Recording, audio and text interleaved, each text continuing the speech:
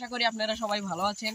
আমরা যাচ্ছি এখন মাদারীপুরের এই দুধখালি জেরোমের আইছি। এই যে এই জায়গায় এসেছি ভাই, দেখেন এই যে এই একটা গাছ দেখাই আপনাদের আদিম যুগের।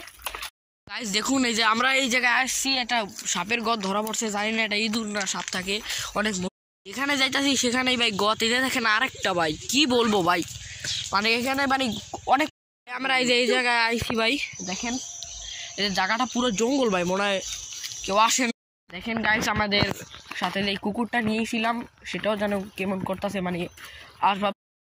গাইস দেখেন এই যে একটা গাছ দেখতে পাচ্ছেন, এই যে সামনে আর একটু ধারে যায় দেখাই, একটু গোলায় ভাই ক্যামেরাটা কি যেন ই করতেছে, মানে কুকুর। দেখেন দেখেন কিরকম সন্দেহজনক।